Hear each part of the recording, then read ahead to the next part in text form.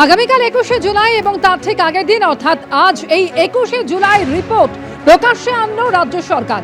আর এবারে শোনাবো চন্দ্রিমা ভট্টাচার্য কি বলেছেন। এতদিন ধরে এই রিপোর্ট প্রকাশ্যে আসেনি কেন? সেটা তো বলতে পারবো না, কারণ রিপোর্ট না মন্ত্রিসভায় রিপোর্ট পেশ হয় না, বিধানসভায় আগে করতে হয়, তারপরে যেতে হয় সেই ডিপার্টমেন্ট থেকে, ফলে সেই ডিপার্টমেন্টাল মিনিস্টার সেটা করেন।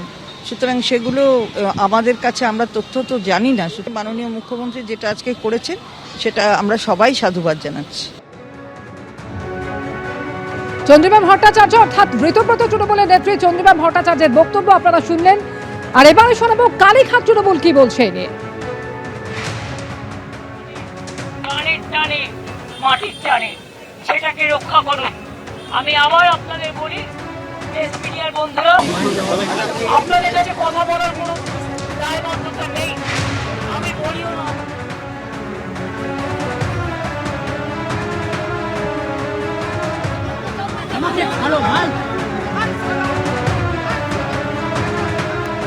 প্রচন্ড বর্ষা, রাস্তায় জল জমে আছে, তার মধ্যে কিন্তু আমাদের করতে হচ্ছে কষ্ট করে। আদালতের রায় আমাদের দিয়েছে, তাই পারমিশনটা পাচ্ছি।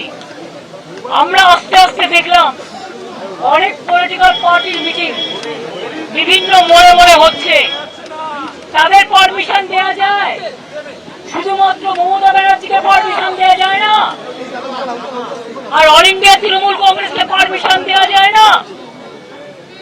এটা কোন ধরনের রাজনীতি? মুখ্যমন্ত্রী শুভেন্দু অধিকারী আজকে যখন বক্তব্য রাখেন, একদিকে তিনি যেমন বলেন যে পশ্চিমবঙ্গের মানুষ এখনো জানতেই পারেননি 21শে জুলাই কি হয়েছিল এবং কমিশনের যে সুপারিশ ছিল সেই সুপারিশও মানা হয়নি। আইন অনুযায়ী প্রয়োজনীয় যথাযথ নির্বাহী তদন্ত এক্সিকিউটিভ ইনকোয়ারি হয়েছিল বলে কমিশন মনে করে না। সম্পূর্ণ নির্বাহী তদন্ত প্রক্রিয়াটি ন্যায্য, যথাযথ, সরল বিশ্বাসে সম্পন্ন হয়েছে বলে প্রতীয়মান হয় না। নির্বাহী তদন্তের রিপোর্ট এবং সংশ্লিষ্ট অন্যান্য রিপোর্টের অনুপস্থিতি বিচার বিভাগীয় পর্যালোচনার আওতার বাইরে চলে গেছে, ফলে পুলিশি গুলিচালনার যথার্থতা প্রমাণিত হয় না। তৎকালীন পুলিশ কমিশনার তুষারকান্তি তালুকদারের রিপোর্ট আধিকারিকদের বিবৃতির সঙ্গে যথেষ্ট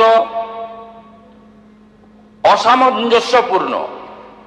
তৎকালীন পুলিশ কমিশনার প্রকাশ্যে অস্বীকার করেছেন, বিতর্কিত করেছেন এবং কার নির্দেশে পুলিশ গুলি চালানো হয়েছিল সেই প্রকৃত তথ্য প্রকাশ করতে অস্বীকার করেছেন।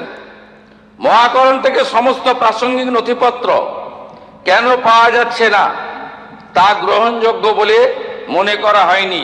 তখনকার মুখ্যমন্ত্রী কে ছিলেন, যিনি কালকে কালীঘাট তৃণমূলের কর্মসূচিতে হয়তো যাবেন। তিনি তথ্য সরবরাহ করেননি, তিনি একটাও নথি দেননি, কারণ ওনার পাওয়ার মিনিস্টার ফেঁসে যাওয়ার প্রভূত সম্ভাবনা ছিল। এবিপি আনন্দ, এগিয়ে থাকে, এগিয়ে রাখে।